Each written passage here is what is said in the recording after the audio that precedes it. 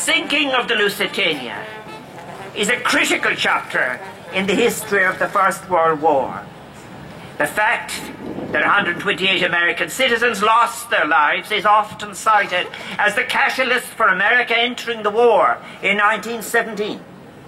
While this may not be simply so, or quite the entire picture, it undoubtedly had a significant impact on American public opinion with regard to the war, and on the resolve of President Woodrow Wilson, who had intended to keep the United States neutral. America eventually abandoned its neutrality and entered the war on the side of the Allies in April 1917, a decision which had the effect of hastening the end of the war, thus sparing many lives that might otherwise have been lost on the Western Front and elsewhere on the battlefields of Europe.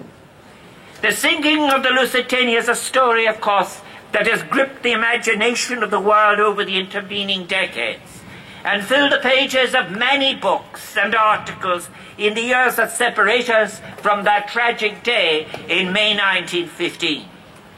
Some of these writings celebrate the significance of the Lusitania as a technical marvel of the age, others the hubris of the age, reminding us of its place in the history of shipbuilding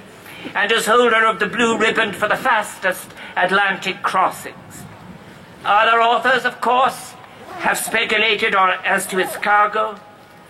and as to whether it was carrying armaments, and if that might have contributed to the second explosion that may have led to the rapidity of its sinking. These are, however, stories for another day.